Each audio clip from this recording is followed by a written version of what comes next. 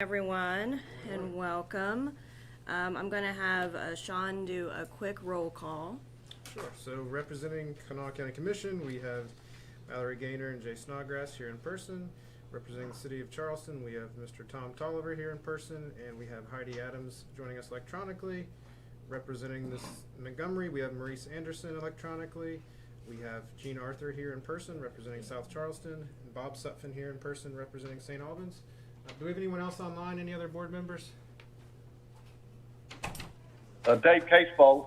Hey, good morning, Mr. Mayor. We have Mayor Dave Casebolt Morning. representing the City of Nitro.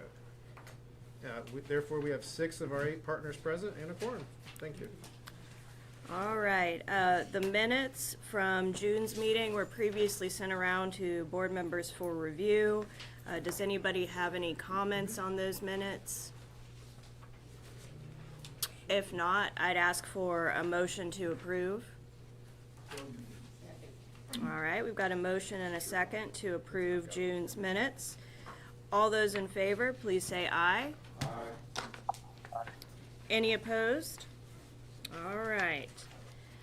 Okay, adoption of voting rights resolution, which we have to do this time every year. Yes, so welcome to fiscal year 2027. This is the first item is redistributing the voting rights for all of the partner agencies who are represented with KRT.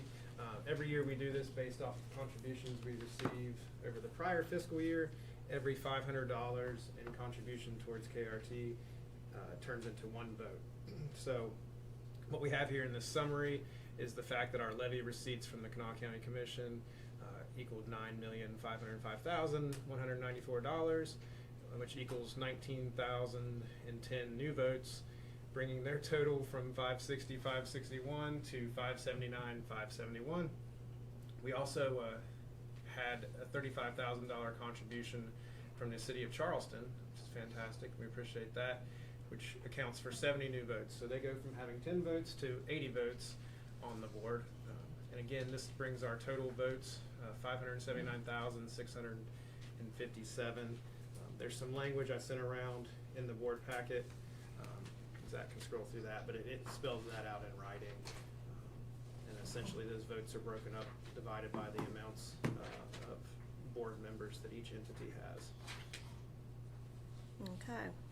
I'll make a motion to accept the 2027 voting rights. All right, we've got a motion and a second to accept the voting rights resolution as presented. All those in favor, please say aye. Aye. Aye. Aye. Any opposed? Okay, motion carries. All right, beginning of new fiscal year, we also have to re-elect officers. So we have a president, vice president, secretary, treasurer. I believe that right now Jay is vice president. Gene, I think you're both. Well, She's treasurer. you're Heidi. treasurer and Heidi's, Secretary. secretary. I'm obviously currently the president because I'm sitting in the seat. But if anybody else wants this seat, please come up. I'll put it open for discussion. I mean, in the past, if nobody was particularly interested in. I'm sorry, I was asleep. Are you talking to me? Oh, I'm just talking in general. You're good. You're good. Do you want to be the president? Do you want to? Bob, Yeah. you want to be the president? Okay. Tough sell, I guess.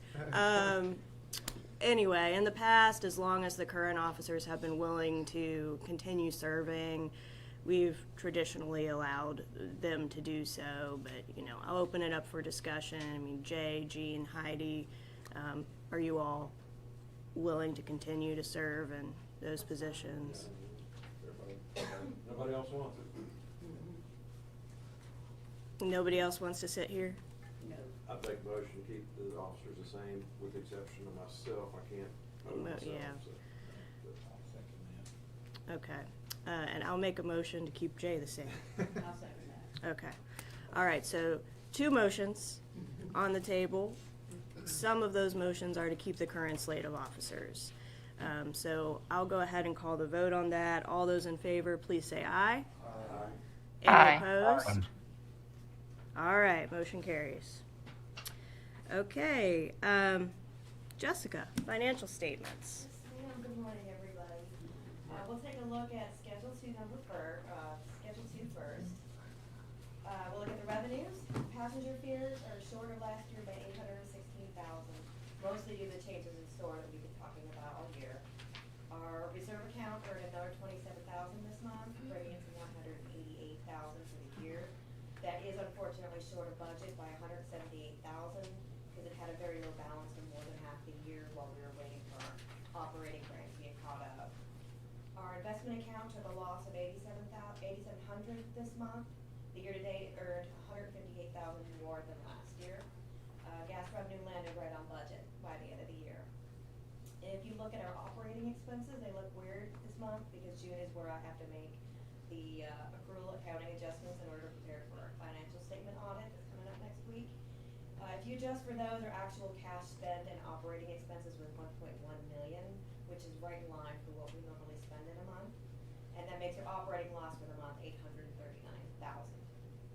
The bottom of Schedule 2, I kind of want to clear that one up a little bit because it looks like we lost almost $5 million last year, or more last year than we did this year. What's causing that is the timing of the operating grants and also those accrual accounting adjustments I just mentioned. Last year's $3.5 million grant ended up being included in the financial statements, and it was ultimately applied to last year's expenses. We just didn't receive it until February.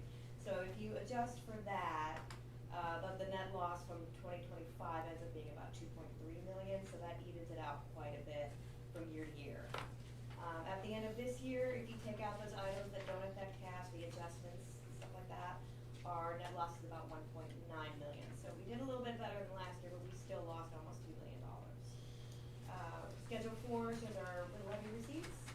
June, we got $184,000, brings our year-to-date receipts to $9.5 million, which is almost exactly dead even from this time last year. Does anybody have any questions? All right, thank you, Jessica. Next item is invoices in excess of $5,000. We have no invoices in excess of $5,000 this month. All right, let's move on to old business then and the insurance report. Good morning, everyone. I only have one insurance claim to report this month, which was another harbor break. We've had some bad luck of folks wanting to come over in our lane. You'd think they would stay out of the way of a bus, but as the operators can tell you, they do not. So anytime we have a hard break like that, if someone runs a red light, runs out in front of our bus, or comes over across the line, we try to get the other person's license plate to see if we can maybe have them join us in the liability, so to speak, but that's very difficult sometimes. So we're still, I think we can make out this one though, so we may be all right. But that's the insurance report. I know you tried this, you had cameras on the bus. Yes. Is it not? It's the quick, it's Correct. hard, yeah. Or they're a distance away. If we required front license plates like other states, it would be a little easier to get them because depending which way they're coming, we make our back cameras trying to get them too. So it's hard. All right, thank you, Kurt. All right, operations report, Jacob. So we saw 11% increase in ridership from 2025, in June of 2025, just over 98,000 rides. A small part of that is we had an extra weekday this past June in 2025, but still a good increase, quite in large part due to the fuel prices again we've seen in the last couple of months, increased ridership there. Operations report 2, we saw a big increase in requested rides. This past June with 4,700 rides. We were able to meet the demand, 3,800 of those, which is about 1,000 increase from the month before. Net demand rate was 82%. Got that rate up the last couple of months where we've been in the high 70s. So this coming Mondays on July 20th, we're using the micro zones. Will be replacing those 3 fixed routes we spoke about the last couple months.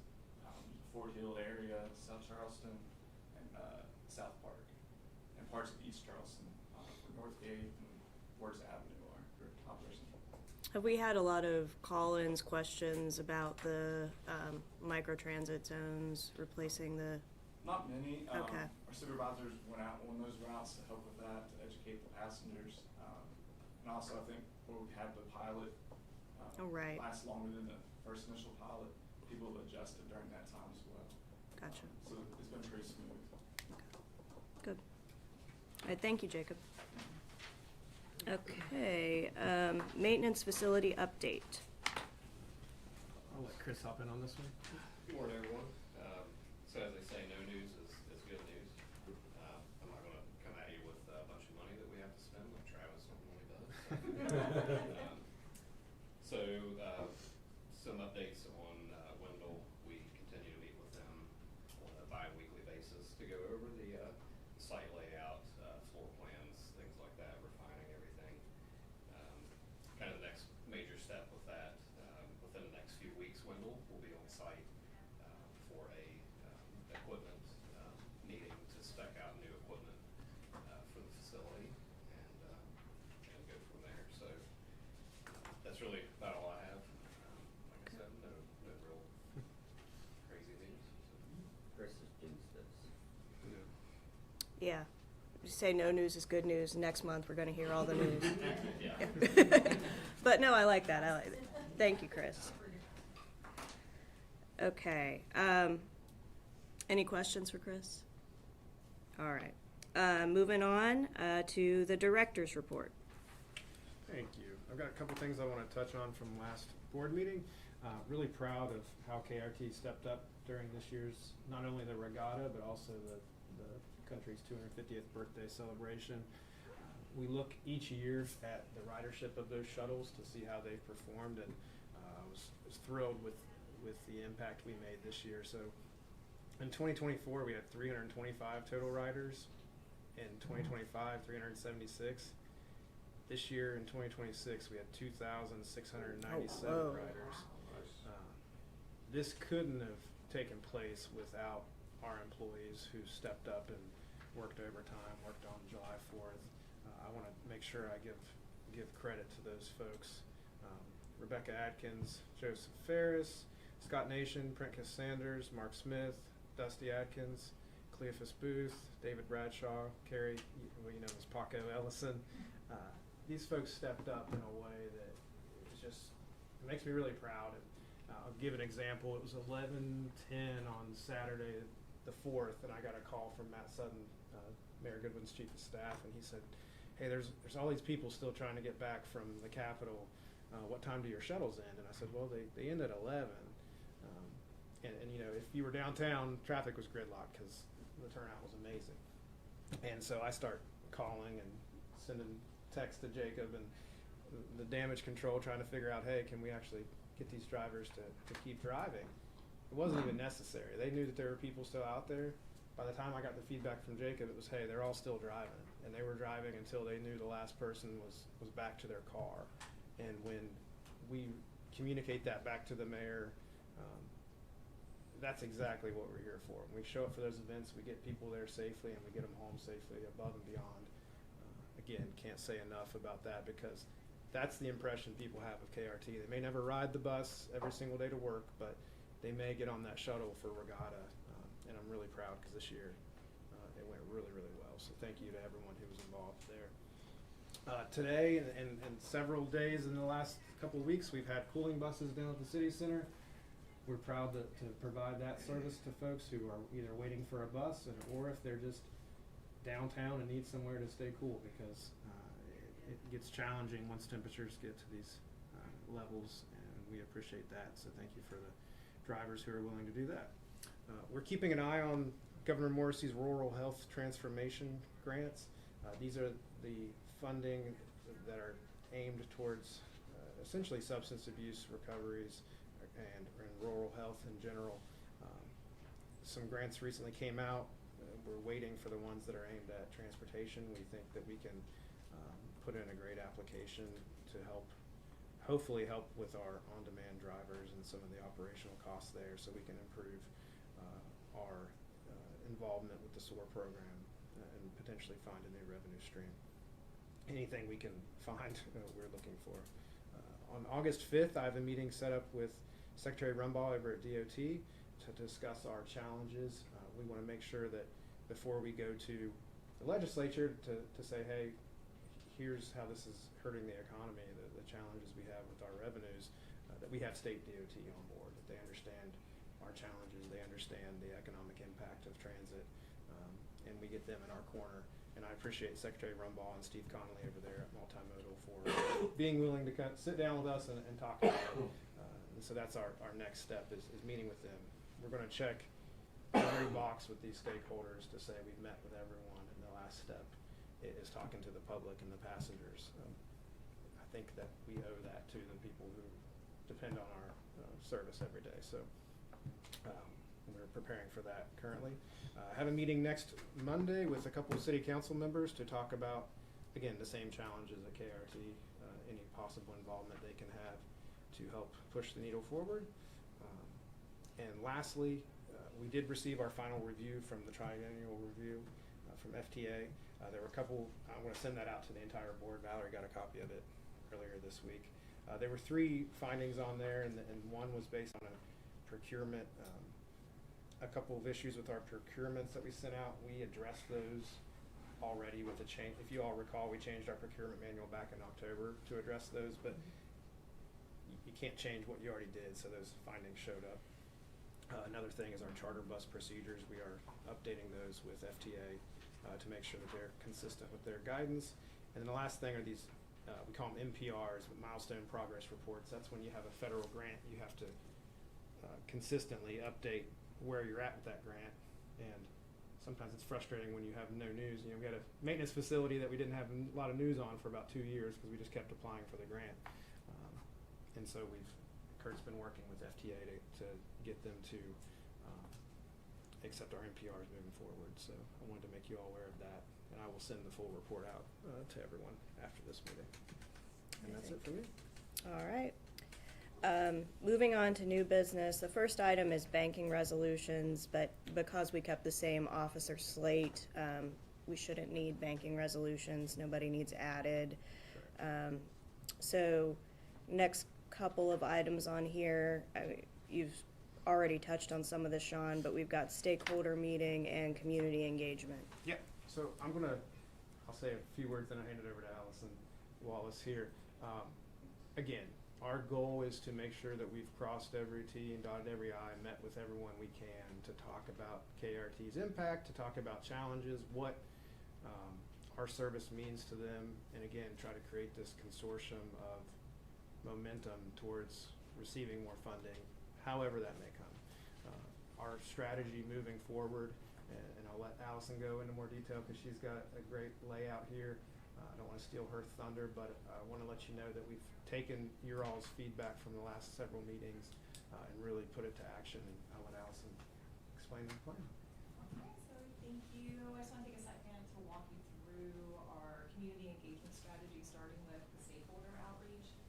So as you can see, we're looking at inviting a broad cross-section, we kind of have it split across 2 pages here, of people that we work with, closely connected to public transportation. That includes nonprofits, major employers, healthcare providers, educational institutions, local governments, etc. So we all know that transit affects more than just our passengers. It affects a large part of our community. And these types of people, they see community impact that might not be obvious to us, but it is very obvious to them. They'll be like, yes, this is how this is going to change how we have to operate. And so the purpose of this first meeting is really twofold. So first, we want to be transparent about the financial challenges that we are facing, and then we also want to listen. We want to listen to our stakeholders. We want to understand how potential service changes could affect the organizations that we partner with, identify impacts that we may not have considered, explain or explore ideas, partnerships, opportunities that may help us address some of the challenges that we're facing. So the goal is to gather information that can help us to make much better informed recommendations when it comes time for that. So the document also here, it lays out the timeline leading up to the August 18th stakeholder meeting. So that includes preparing materials, inviting our participants, creating a dedicated webpage so the public understands the purpose of the process and how they'll be able to participate when it does come time for that. So I want to emphasize that the stakeholder meeting is just one part of a broader engagement effort. What we learn from these conversations will help us shape how we approach those public town halls when it does come time for that. So one thing we've been very intentional about is not getting ahead of ourselves. We don't want to create unnecessary concern by giving the impression that these decisions have already been made, because they have not. And we are waiting to listen to every part of our community first before we even finalize any recommendations that we're going to take to the public. So let's see. If we go down to the guiding principles, we can kind of wrap up. If you want to scroll down, keep going. I have it here. One more. Okay, there, the very end. So the guiding principles of our strategy, what we're communicating, we want to listen before we recommend. We want to be completely transparent throughout the process. We want to encourage broad, meaningful community participation. We want to make decisions informed by data and also community feedback. And we want to ensure our stakeholders and passengers have an opportunity to be heard before any recommendations are finalized, before we bring anything to the board. So stakeholder meeting, step one, moving into community town halls. Thank you, Allison, for putting this strategy together. And the date on that stakeholder meeting is August 18th at the Kanawha County Public Library. We are going to send out the save the dates and the invites.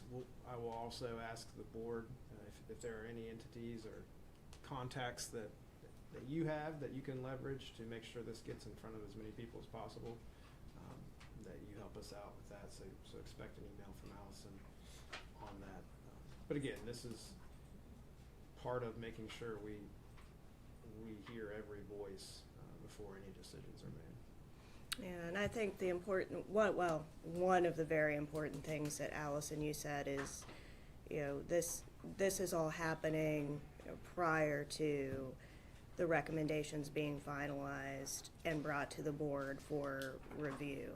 We voted last month as a board to allow KRT leadership to go ahead and move forward with public hearings, but sounds like we're doing a lot of information gathering, so we'll be able to have a more beneficial discussion at those public hearings with our passengers and other interested folks who show up to participate. So again, really appreciate all of the effort and planning that is going into the community outreach portion of things. And moving forward, I guess that includes community Yeah. engagement. So community engagement, and it's kind of the same topic there, but one of the things too, I want to commend Jacob and Allison on working on. We've started doing surveys of different routes to understand exactly who and how our passengers use KRT and some of the impacts of any of these potential changes. Zach, can you pull up the, I think it's an image here. We did a survey of the Southridge route just to get an understanding of exactly who rides the bus and why they ride the bus. And you see here, 68.6% say this is how I get to work. I could not work at, whether it's at Walmart, any of these different entities. Walmart was a big one, to be honest. It was the big standout. And you say, okay, well, why are you doing these if you're going to come out to these public hearings to talk about changing these services? I think it's very important that part of our homework is to understand exactly why people ride the bus. And I think when we go meet with the state DOT and we go meet with the legislature and we let them know that, hey, 68.6% of what we do is economic development. I would argue that almost 100% of what we do is economic development, because you're shopping, you're going to restaurants, you're going to doctor's appointments, etc. We're trying to get all the information we can to paint a picture and let those passengers know that they have real valid concerns, and we do hear them. Their thoughts and the challenges that transportation creates for them is very important to us, and it's part of what we're bringing to those decision makers and stakeholders as well. So we're going to continue to do this on the majority of our routes to get an understanding. We think it makes a better case for us, and when we go and eventually have public hearings, you know, this won't be the first time that we're hearing from these folks. We want to know exactly how they're impacted, because I think that's something that each of you as a board member needs to take into consideration before any decisions are made. Also on the community engagement side, I do want to thank, I don't know if Bobby Spry jumped on there, but board member Bobby Spry, and I think she worked with Heidi also as well, came up with a couple of community engagement ideas for KRT. These are things that we're going to continue to look at and try to accomplish, and there were several ideas, and I don't think these are all encompassing, but ideas from Adopt a Route program, where you could get folks to sponsor, whether it's a route, bus shelter, etc. Community Transit Day, Ride It Forward campaign to allow entities or businesses to donate transit passes for seniors, veterans, students, or individuals. You know, we see that with the Jan Dills with Operation Transportation, but could it be bigger?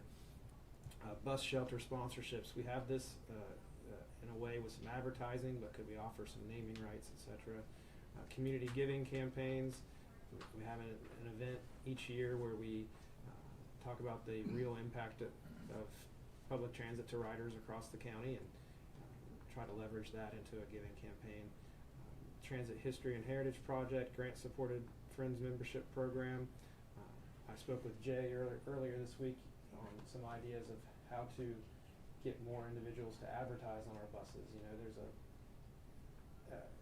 Jan Dills does a great job of putting her face on most of our buses, but I think you drive by a billboard that's empty and it says, hey, advertise here. So we're going to talk to Gateway about trying to find new strategies to reach out to, whether it's, you know, attorneys, real estate folks, financial people, anyone who wants a mobile billboard. I think we can do a better job of letting them know. Again, any kind of revenue stream we can find, we're open to. So I appreciate the time and effort that board members have put towards how can KRT come up with more funding. Again, I hope at the end of the day, people will say, hey, they've done every single thing they can to try to find a way to make the last resort impacting our passengers. That's our main goal. So if anyone has ideas, we're going to continue to push these forward. And again, it's not an all-inclusive list. It's a good start. And my team's going to work forward on making some of these things happen. But if anyone has questions or suggestions, feel free to either let me know, shoot me an email, give me a call. Again, different people have different perspectives, and that's really helpful for us. So thank you. All right, thank you. Sean, so I think we have a couple people signed up for public comment. Let me get my stopwatch ready. So just as a reminder, you're limited to 3 minutes, so